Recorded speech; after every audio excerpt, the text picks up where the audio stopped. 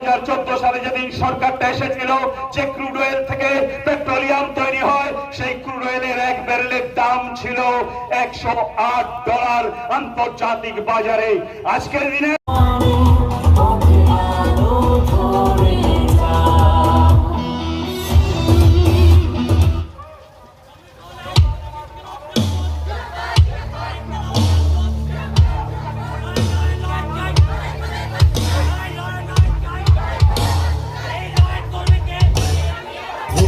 ঝড় দিলে দেখা অপরাধ পথে দ্বিধার বাধা দিলে চলো লড়ি একসাথে স্লোগানের ঝড় দিলে দেখা অপরাধ পথে হাল ফেরাতে লাল ফেরাও লাল ঝান্ডার ঢেউ হাল ফেরাতে লাল ফেরাও।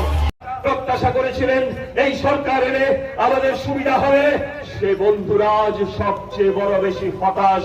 তারা বলছেন কাদের করে এনেছি, কি সর্বনাশ করেছে, নিজের পায়ে নিজে কুড়াল মেরেছে। সেই বন্ধুটিকে গত 4 বছরে সিপিআইএম এর বিরুদ্ধে কখনো মিছিলে আক্রমণ, কখনো নেতাদের বাড়ি আক্রমণ, কখনো ভাঙচুর, কখনো অর্থনৈতিক ভাবে ক্ষতি করা, তার সম্পদ ধ্বংস করার কাজে লাগিয়েছে বিজেপি। কেন? কারণ সেই ছেলেটি সমাজ বিরোধীর পরিচয়ে বড় হবে, আর সমাজ বিরোধীর পরিচয়ে বড় হলে সমাজে তার গ্রহণযোগ্যতা থাকবে না। সে ইচ্ছে করলেও আর ফিরে আসতে পারবে না সিপিআইএম এ। সে ভুল স্বীকার করে তার ভুলের মাসুল দিতে এই সরকারের বিরুদ্ধে যেন যুদ্ধে অবতীর্ণ হতে না হয়, তারই জন্য তাদেরকে সমাজ বিরোধীর খেতাব লিখিয়ে দিয়েছেন গত 4 বছরে।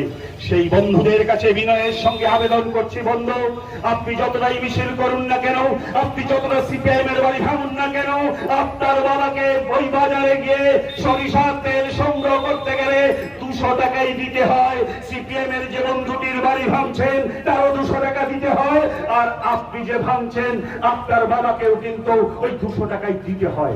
কাদের জন্য ভাঙছেন? কিসের জন্য? কিসের মোহ? শুধু তা না, আমরা লক্ষ্য করছি আজকে যখন গোটা রাজ্য উত্তাপ হচ্ছে, মানুষ এগিয়ে আসে, তখন সেই সময় আমরা দেখলাম হঠাৎ করে রাজ্যের মুখ্যমন্ত্রী পরিবর্তন হলো। সবজি আনা নেওয়ার খরচ বাড়ে, মাল আনা নেওয়ার খরচ বাড়ে, প্রত্যেকটা ক্ষেত্রে খরচ বাড়ে। তাই পেট্রোল ডিজেল তার মূল্য বৃদ্ধি হচ্ছে সবচেয়ে বড়। 5টি বামপন্থী দল তাই বলেছে 100 টাকায় যে 52 টাকা তুমি ট্যাক্স নিচ্ছ সরকার, এই পুরো ট্যাক্সটা তুমি উইথড্র করাও, তুলে নাও, তাহলে অন্তত 50 টাকায় ভারতবর্ষের মানুষ পেট্রোল ডিজেল কিনতে পারবে। শুধু কি তাই, বাংলাদেশে পেট্রোল ডিজেল কি 100 টাকায় বিক্রি হয়? নেপালে কি বিক্রি হয়? পাকিস্তানে কে বিক্রি হয়? ভুটানে কে বিক্রি হয়? আমার পার্শ্ববর্তী এমন একটা দেশ আছে যে দেশে বিক্রি হয় না? ভারতবর্ষের পার্শ্ববর্তী কোন দেশে ওই 100 টাকায় পেট্রোল বিক্রি হয় না, তার দাম অনেক নিচে। ভারতবর্ষ থেকে অর্থনৈতিক ভাবে বাংলাদেশ সমৃদ্ধ না ভারতবর্ষ সমৃদ্ধ? পাকিস্তান সমৃদ্ধ না ভারতবর্ষ সমৃদ্ধ? নেপাল সমৃদ্ধ না ভারতবর্ষ সমৃদ্ধ? ভুটান সমৃদ্ধ না আমরা সমৃদ্ধ?